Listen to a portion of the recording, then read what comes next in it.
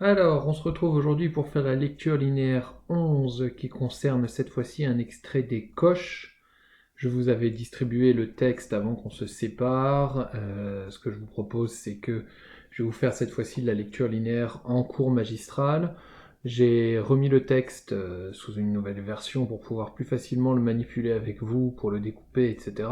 Donc dans un premier temps, je vais vous le lire.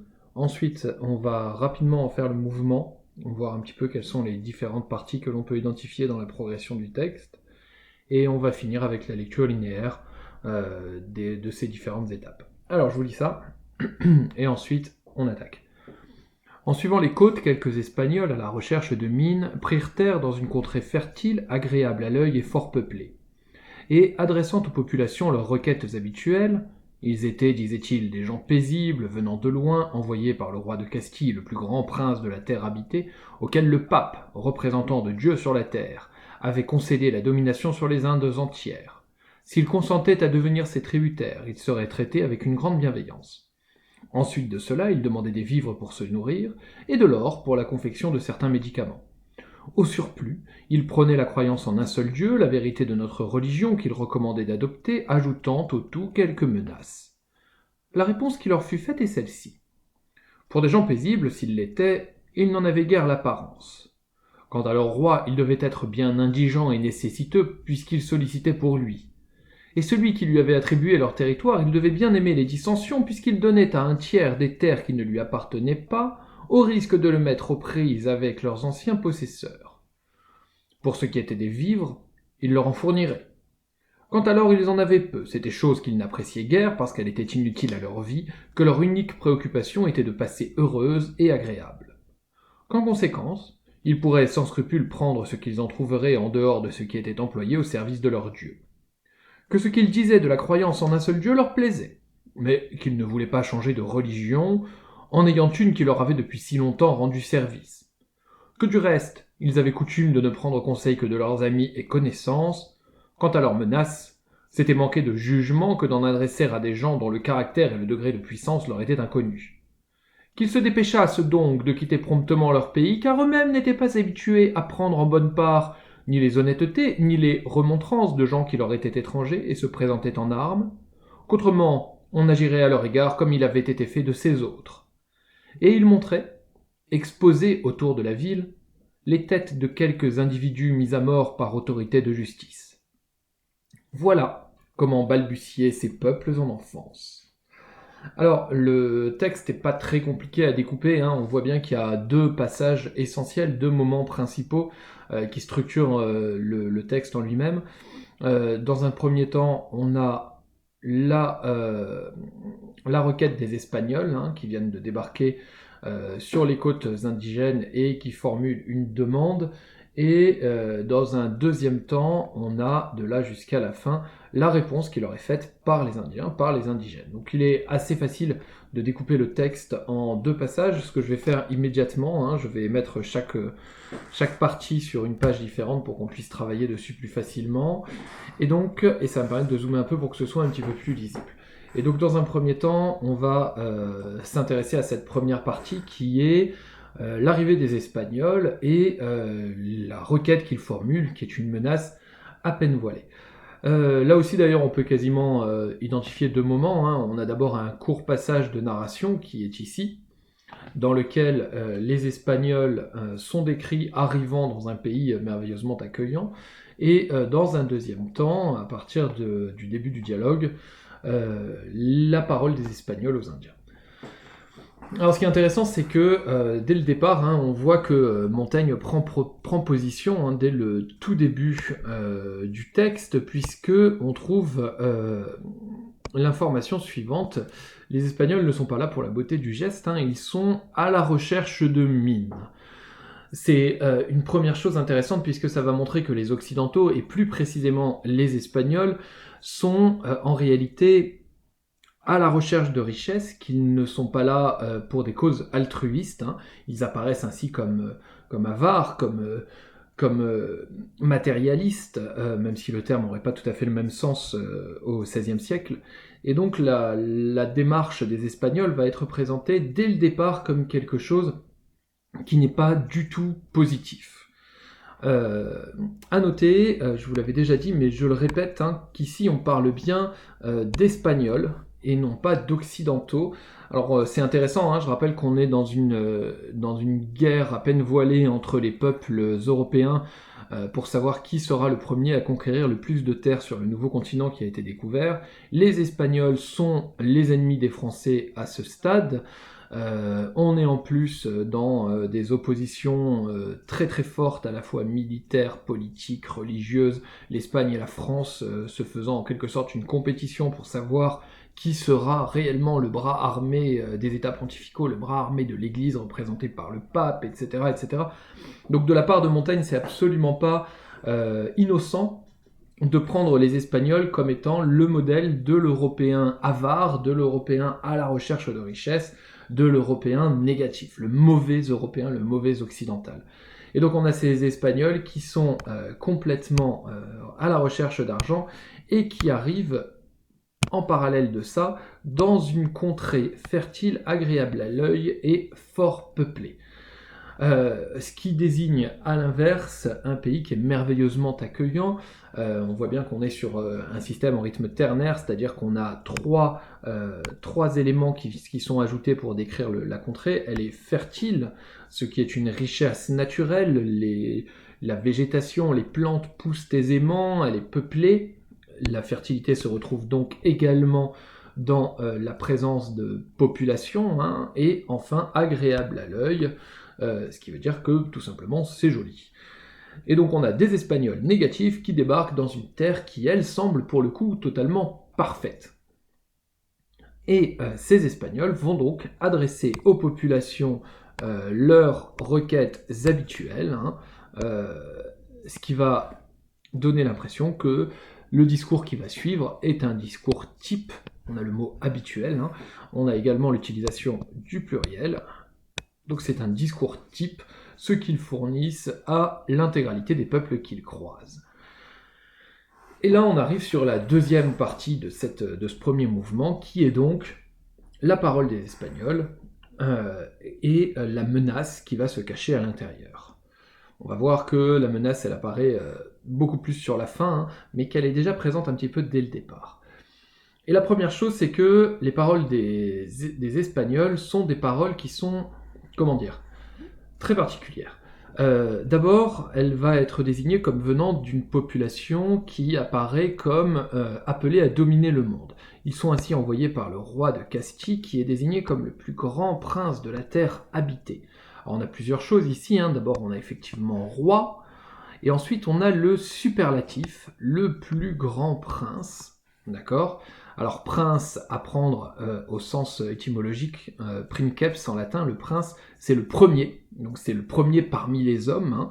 Le prince c'est donc celui qui est au sommet des autres hommes, et ce prince est non seulement le premier, mais en plus il est grand, et il est non seulement grand, c'est le plus grand. Donc on a une dimension hyperbolique dans la description du roi. Le roi de Castille est un prince, il est grand, c'est le plus grand, et attention, ce n'est pas le plus grand simplement d'Espagne, hein, ce que le terme de Castille, le complément du nom de Castille pourrait indiquer, c'est le plus grand prince de la terre habitée. Ce qui fait du prince de Castille, du roi de Castille, l'homme le plus grand, le plus important du monde entier, de toute peuplade humaine. Donc on a cette première hyperbole qui, de la part des Espagnols, vise à leur donner de l'importance, et donc vise à impressionner le peuple à qui ils s'adressent, et cette première hyperbole, elle est complétée par un deuxième personnage, une deuxième figure d'autorité, le pape, représentant de Dieu sur la terre.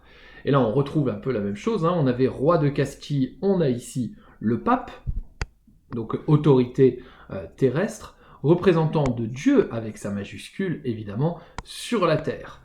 La même chose qu'avec terre habitée, hein, le pape est donc celui qui accomplit la volonté de Dieu sur la terre. Les Espagnols sont donc envoyés par le plus grand prince du monde, qui est lui-même en mission de la part du pape, qui lui-même représente le Dieu sur terre. Donc on a vraiment une succession d'hyperboles qui va donner aux Espagnols, et bien tout simplement la domination sur les Indes entières, et c'est la dernière hyperbole qui vient ici, hein. On retrouve notre pluriel avec les Indes, qui ici élargit la domination des Espagnols, et évidemment l'adjectif qualificatif entière, qui vient s'associer à Inde, pour montrer que les Espagnols sont donc en fait simplement chez eux, par ordre du plus grand prince de la Terre et de Dieu. Et donc toute cette première phrase vise à montrer de la part des Espagnols qu'en fait ils sont chez eux et que les peuples indigènes leur doivent obéissance. Ce qui se retrouve dans la phrase suivante, hein, s'ils consentaient à devenir ses tributaires, ils seraient traités avec une grande bienveillance. Le mot tributaire est exactement dans cette idée-là. Le tribut, c'est l'argent, c'est l'impôt qui est payé par une peuplade vaincue au vainqueur. Chaque pays, chaque cité prise verse un tribut au vainqueur. Et ici, c'est de cela qu'il est question. Les indigènes, sans besoin de guerre ni de combat, sont soumis aux Espagnols et doivent devenir ses tributaires. Alors on a quand même un petit consenté ici, hein, qui donne l'impression que les indigènes ont le choix, mais on va voir qu'en réalité, pas du tout. Et donc l'idée, c'est, s'ils consentaient à devenir ses tributaires, ils seraient traités avec une grande bienveillance. Donc si on accepte la domination des Espagnols, alors on aura droit à une grande bienveillance. Et là, on commence à arriver un tout petit peu dans la menace voilée, parce que le sous-entendu, c'est que, à l'inverse, s'ils refusent de devenir les tributaires, eh ben, c'est pas de la bienveillance qu'ils auront à faire, mais bien à l'autorité et à la violence. Fin du discours direct, qui sonne un petit peu comme une citation, hein, on voit bien que les guillemets s'arrêtent ici, et ensuite, on attaque du discours plus ou moins indirect. Ensuite de cela, il demandait des vivres pour se nourrir et de l'or pour la confection de certains médicaments. Et alors là, on change un petit peu d'idée générale, puisque cette fois-ci, on n'est plus dans la description des peuples, mais dans les demandes à proprement parler. Les Espagnols sont là parce qu'ils ont besoin de vivres pour se nourrir et de l'or pour la confection de certains médicaments. Et on a ici deux compléments circonstanciels de but qui sont particulièrement intéressants. Donc les vivres, c'est de la nourriture, pour se nourrir, jusque-là, on est totalement cohérent. Par contre, le second est beaucoup plus surprenant. De l'or pour la confection de certains médicaments. Puisque la demande des Espagnols semble complètement incongrue. L'or n'est évidemment pas demandé pour apporter la guérison à des malades, mais évidemment pour permettre l'enrichissement des Espagnols. Ce qui veut dire que Montaigne, ce qu'il est en train de nous dire, sans le dire réellement, hein, ce qu'il est en train de nous dire implicitement, dès cette phrase-là, c'est que les Espagnols essayent de mentir, de manipuler les indigènes, en leur faisant croire que l'or que l'on va leur prendre doit leur servir, à se soigner. Alors pourquoi est-ce qu'ils font ça? Tout simplement parce que si les Espagnols arrivent en disant aux indigènes que cet or a une grande valeur et que donc ils vont le récupérer, ils ont peur que les indigènes refusent de donner l'or parce qu'ils auraient compris la valeur financière, monétaire, pécuniaire de ce métal. Et donc on leur ment, on leur fait croire que cet or n'a qu'une fonction purement médicale pour faciliter la transaction. Par ailleurs, ça joue sur la générosité supposée du peuple indigène, puisqu'il y a une forme de pathétique qui est recherchée. Les médicaments sous-entendent que certains Espagnols sont malades. Est-ce que les indigènes seraient prêts à laisser mourir des gens alors qu'il leur suffirait de donner leur or? Donc on en appelle à leur pitié. Donc ça présente les Espagnols comme des manipulateurs, des personnages fourbes, qui mentent en utilisant l'hyperbole pour présenter le peuple dont ils sont issus, et en manipulant les peuples pour obtenir ce qu'ils veulent. Enfin, au surplus, ils prônaient la croyance en un seul Dieu, la vérité de notre religion qu'ils recommandaient d'adopter, ajoutant au tout quelques menaces, et on retrouve cette fois-ci presque une forme d'hyperbole qui revient, puisque on va avoir à nouveau Dieu, vérité, et un seul, qui vient vraiment amplifier du point de vue des Espagnols l'importance de leur Dieu, hein, un seul Dieu avec sa majuscule, ce qui est quasi obligatoire, hein, et la vérité qui est un terme extrêmement absolu, hein, la vérité, c'est le côté absolu, mais on voit bien que Montaigne y ajoute dès le départ une restriction qu'on a déjà vue dans le texte des cannibales, qui est notre religion, hein, la vérité de notre religion, comme si cette vérité en fait était limitée à la religion chrétienne, catholique, et comme s'il pouvait en exister d'autres. Cette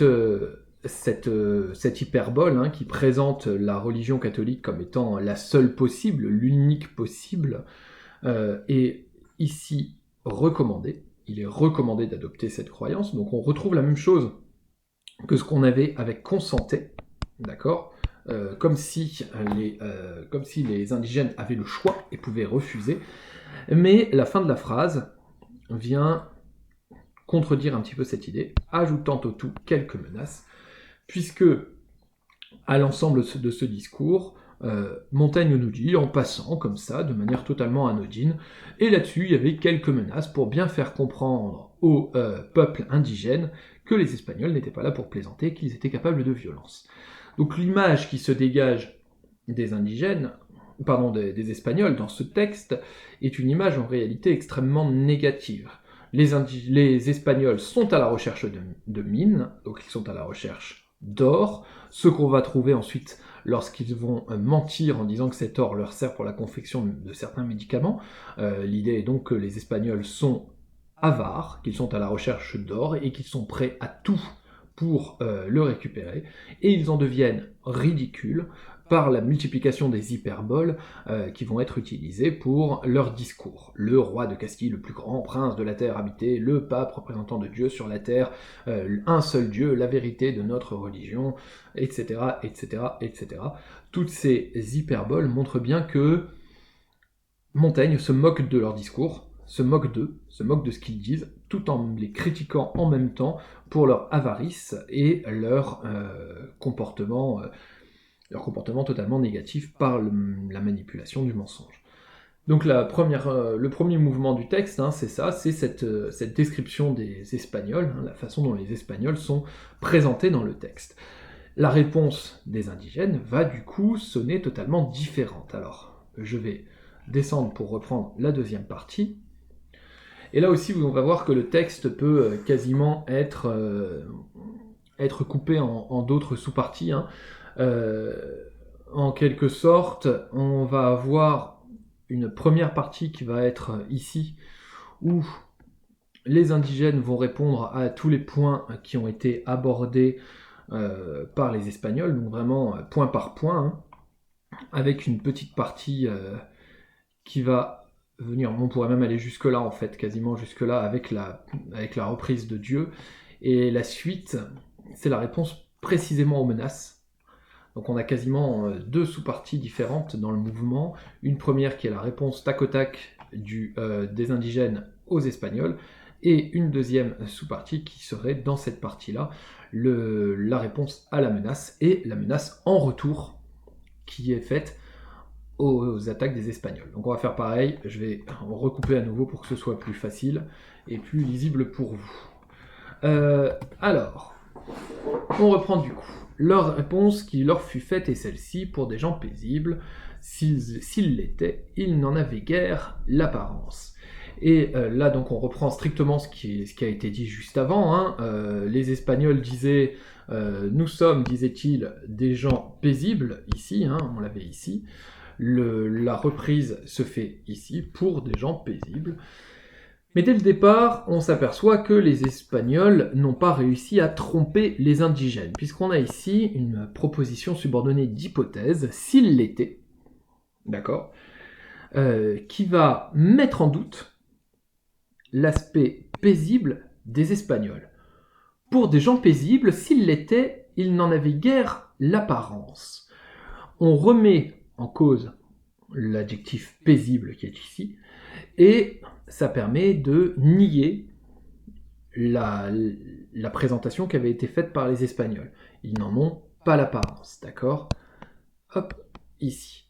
Et ensuite on reprend de la même façon ce qui avait été dit auparavant. On avait parlé du roi qui avait été présenté comme le plus grand prince de la terre habitée. Et ici, on va avoir un roi qui va être, au contraire, présenté comme indigent et nécessiteux. Et donc à l'hyperbole de puissance qu'avait été présentée par les Espagnols va s'opposer les deux adjectifs, ici en attribut, utilisés par les indigènes, indigent, ce qui signifie globalement pauvre, qui manque, qui est dans le besoin, et nécessiteux, qui a strictement le même sens. Ce roi qui est censé être le plus puissant prince de la terre habitée est en fait en état de pauvreté absolue. Pourquoi ? Parce qu'il est obligé de réclamer des choses aux indigènes. De l'or, de la nourriture, etc., etc. Ce qu'on retrouve dans le mot solliciter. Il sollicite, c'est-à-dire qu'il demande quelque chose des indigènes. En quelque sorte, avec indigent, nécessiteux et sollicité, on a la sensation que le roi espagnol est en réalité un mendiant. D'accord ? Donc on a ici une reprise point par point de l'hyperbole qui est contredite par les indigènes. Et à cette hyperbole contre le roi, après cette réponse à l'hyperbole contre le roi, ils vont répondre ensuite à l'hyperbole sur le pape, celui qui lui avait attribué leur territoire. C'est une périphrase, on ne renomme pas le pape, on va le désigner comme celui qui attribue le territoire. On se rappellera que dans la partie précédente, dans le mouvement précédent, le pape était celui qui avait donné au roi de Castille la domination sur les Indes entières. C'est donc lui qui est désigné par cette phrase ici. C'est bien le pape qui est là. Et ce pape, il va être désigné comme aimant les dissensions, c'est-à-dire aimant les conflits, les guerres, les oppositions. Et pourquoi ? Parce qu'il donne à un tiers, alors le tiers c'est à nouveau le roi de Castille, à prendre au sens de une troisième personne, des terres qui ne lui appartenaient pas. Alors là c'est intéressant puisqu'on nie au niveau du pape son statut de représentant de Dieu sur terre, le Dieu normalement des chrétiens, possédant la terre entière, son représentant devrait également posséder les terres. Sur ce principe-là, Dieu a créé la terre, elle lui appartient, le pape représente Dieu, donc la terre lui appartient. Ce qui donne au pape le droit de distribuer comme il le souhaite les terres aux hommes. C'est ce qu'il fait lorsqu'il dit aux Espagnols, voilà, cette partie des Indes, donc de l'Amérique, vous appartient. Les Indiens ici nient cet aspect-là, puisqu'ils affirment très clairement que ces terres ne lui appartiennent pas, et que cela va forcément le mettre aux prises avec leurs anciens possesseurs étant une seconde périphrase qui cette fois-ci désigne les indigènes. D'accord ? Enfin, on va trouver, pour ce qui était des vivres, ils leur en fourniraient, donc ok, très bien, on a vu que les Espagnols avaient besoin de nourriture, ils acceptent de leur donner. Quant à l'or, ils en avaient peu, c'était chose qu'ils n'appréciaient guère, parce qu'elle était inutile à leur vie. Et donc après avoir parlé des vivres, on va aborder la question de l'or qui est normalement, d'après les Espagnols, doit servir à les guérir. Et on voit bien qu'ici, les indigènes ne sont absolument pas dupes. Ils ont très bien compris qu'on était en train de leur mentir, puisqu'ils disent « c'était chose qu'ils n'appréciaient guère parce qu'elle était inutile à leur vie ». Alors pourquoi est-ce qu'elle est inutile à leur vie ? Parce que l'or n'est pas un médicament. Et pour eux, ils ont bien compris qu'il s'agissait d'un métal. Ils ont bien compris également la valeur marchande de ce métal. Et qu'est-ce qui nous le montre qu'ils ont compris ça ? C'est la phrase suivante, la proposition suivante, que leur unique préoccupation était de passer heureuse et agréable. Donc l'or est inutile à leur vie parce qu'elle ne leur permettrait pas de passer une vie heureuse et agréable. Et pour cela, ils ne l'apprécient pas. Alors, hop, un message de ma maman, pouf. Plusieurs choses ici. D'abord, ça va placer les indigènes comme l'opposé exact des Espagnols. Les Espagnols étaient à la recherche de mines d'or au début du texte. Ici, on nous dit bien que les indigènes, eux, n'aiment pas cet argent, n'aiment pas cet or.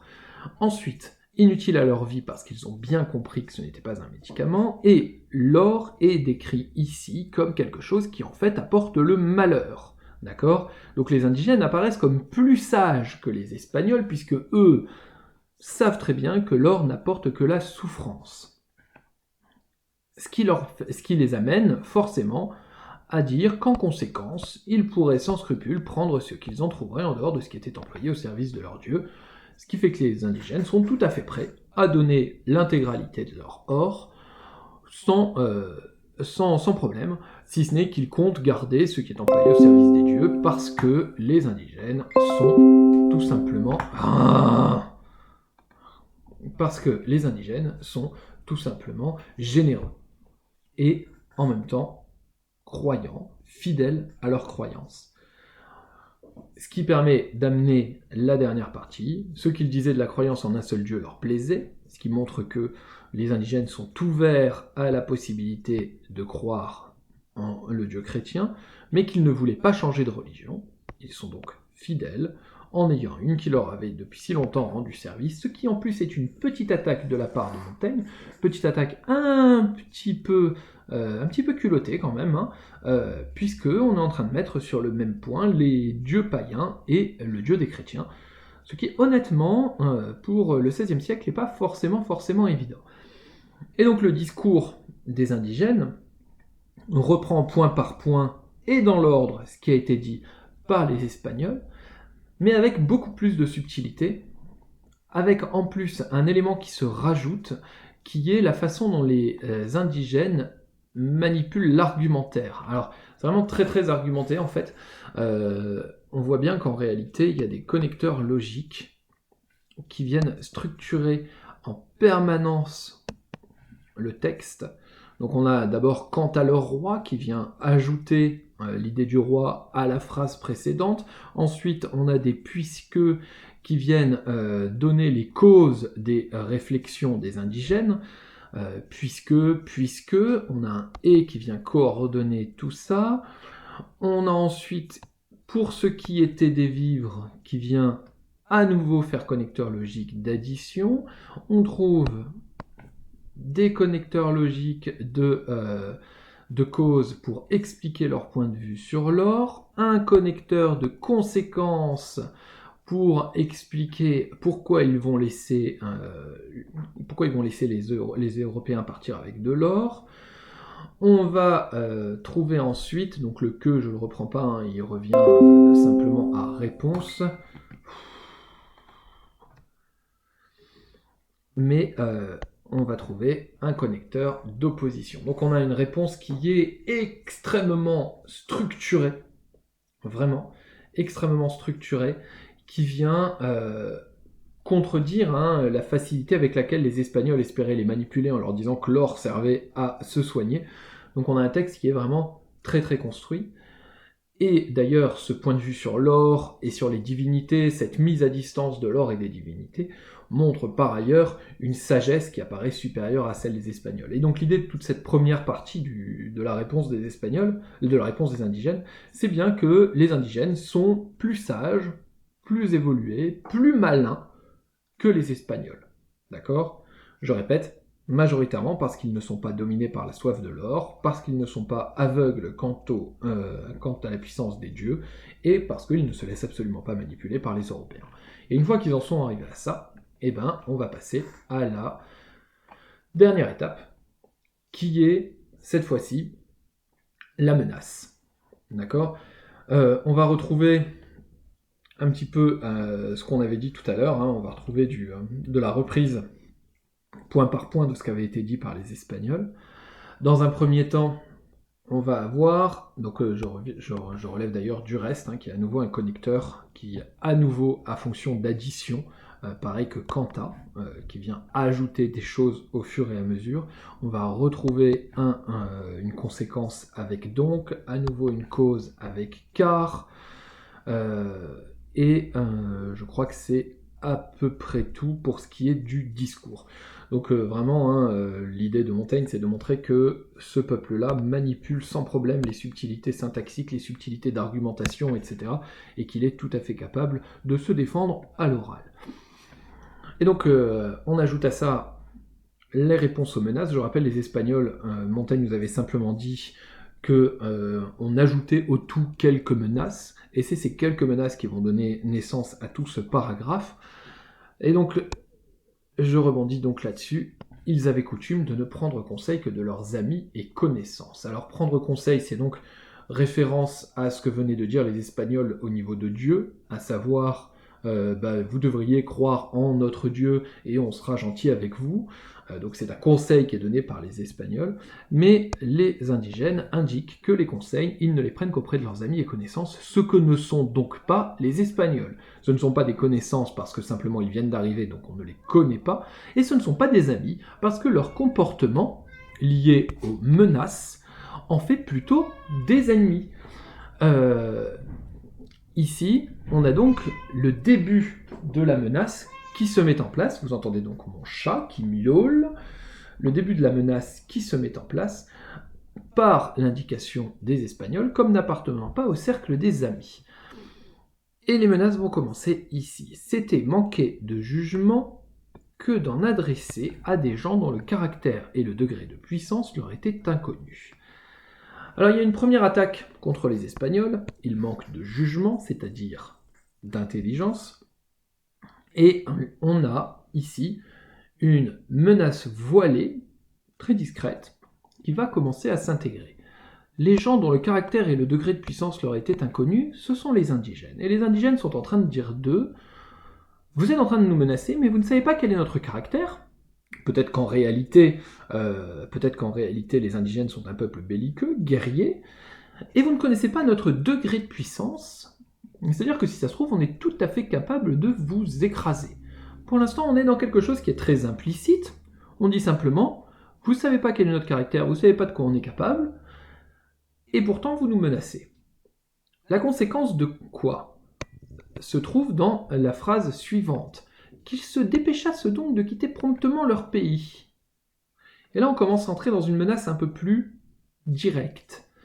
On enjoint les Espagnols, ils, à se dépêcher de quitter promptement leur pays. Dépêcher promptement, on a ici deux termes qui sont sur l'idée de vitesse, de rapidité.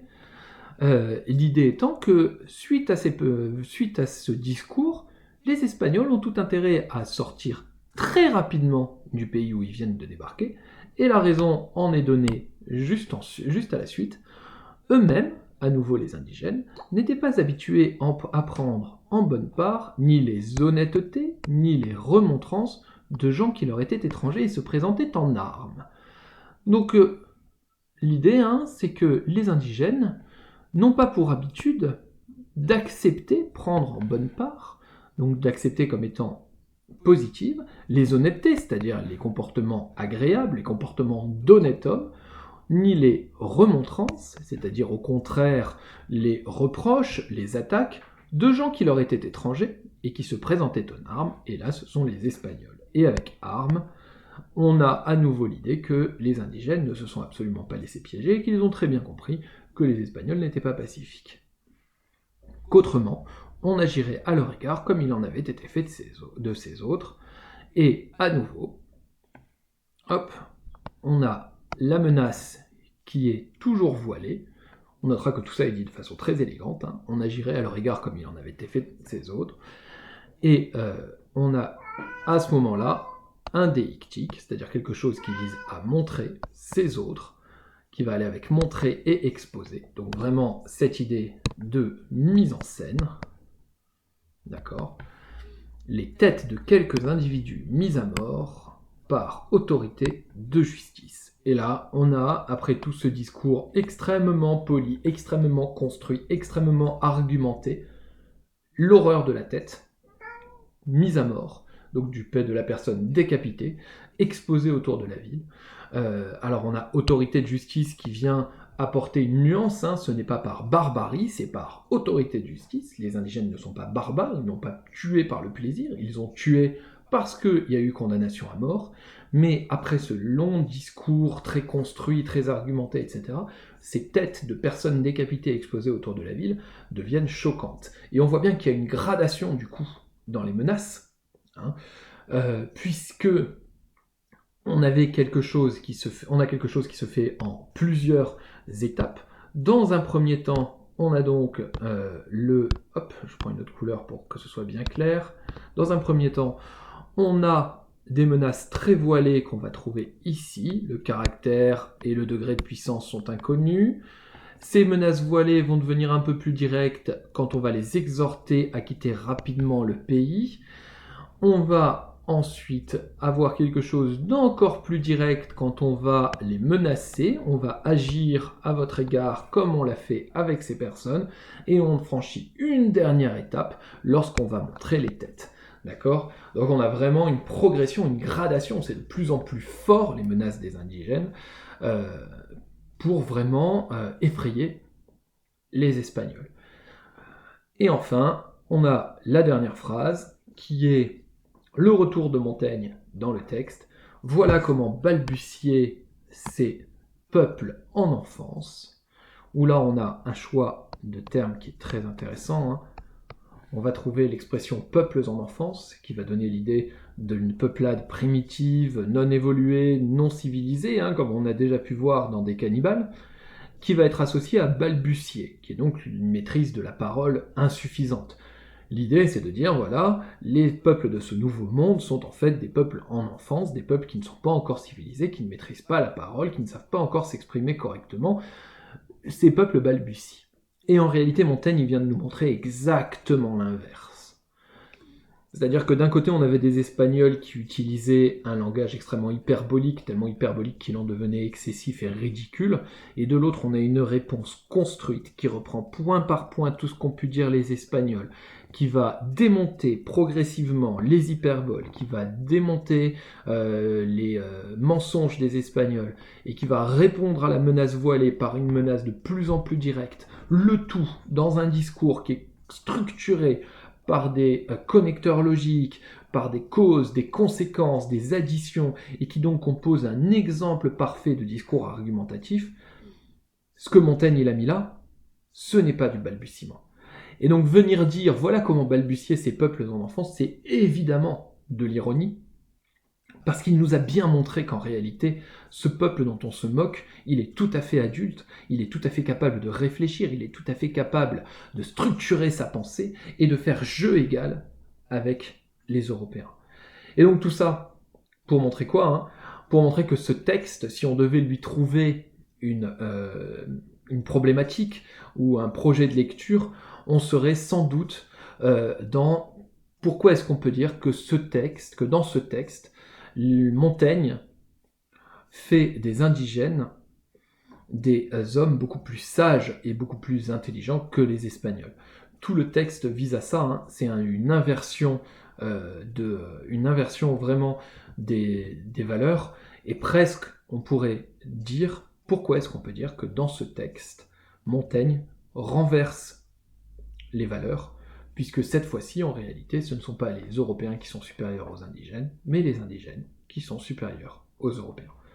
Voilà, donc ça c'était pour ce texte-là. J'espère que c'était à peu près clair. Je suis désolé, hein, c'est un petit peu brouillon avec tout ce que j'ai souligné, etc. Mais je voulais essayer d'être le plus précis possible. Si vous avez des questions, des choses que vous comprenez pas, vous pouvez m'envoyer un message. Et sinon, on en reparle quand on se retrouve au retour en classe. Bonne journée à tous et bon courage.